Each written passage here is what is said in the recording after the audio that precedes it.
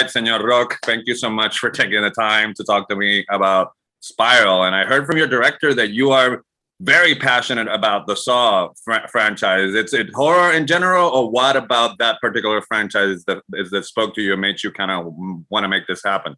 I mean, I like horror in general. I also like police procedurals. And I'm like, Saw's like the bloodiest Law and Order you've ever seen. It's kind of, and I'm kind of the iced tea of it in this one. Speaking of which, I have to say, my I don't want to spoil it, but I gotta kind of bring it up. Like my jaw almost fell off when you sort of made that throwaway New Jack City comment.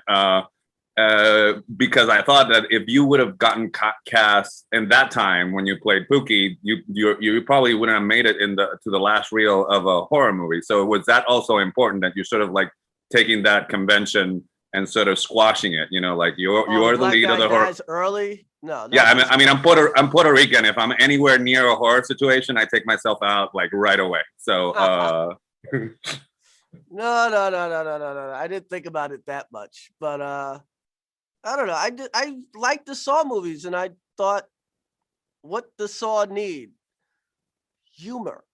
Not a lot, just a little, just a sprinkle of humor, you know? So we tried to sprinkle some humor in, you know? It's not like scary movie, you know, but it's lighten it up the mood a little bit. But I mean, there are some like, Easter eggs and stuff for the people who have been with the franchise like all along. Are you responsible for that, or were you able to put even more into it that the original script had already? No, Darren's more responsible for the Easter eggs.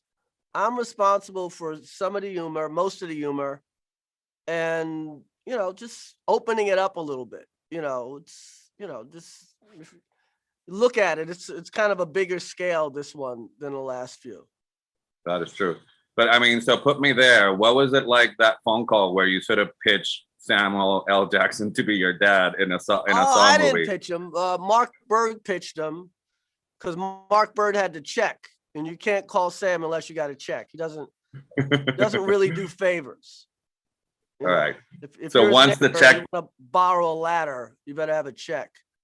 So once the check is clear, like how was it sort of, being in a room with him and dynamic? Now he's the first guy there in the morning. He's got coffee for people and donuts, but you gotta clear that check. All right. So are you you mentioned the bloody, are you hanging out with the effects people and the props people, or you don't really deal with that until you actually have to see it in the scene and handle it? I mean, it's the weird thing, like when you shoot a scene and someone's really bloody, you shoot one side, then you got to shoot the other side. So sometimes you're just hanging out with a bloody guy. And sometimes somebody's bloody and they're in their seat and they're just falling asleep or something. And you got to push them to make sure they're alive because they're just there with blood, not moving. Just like.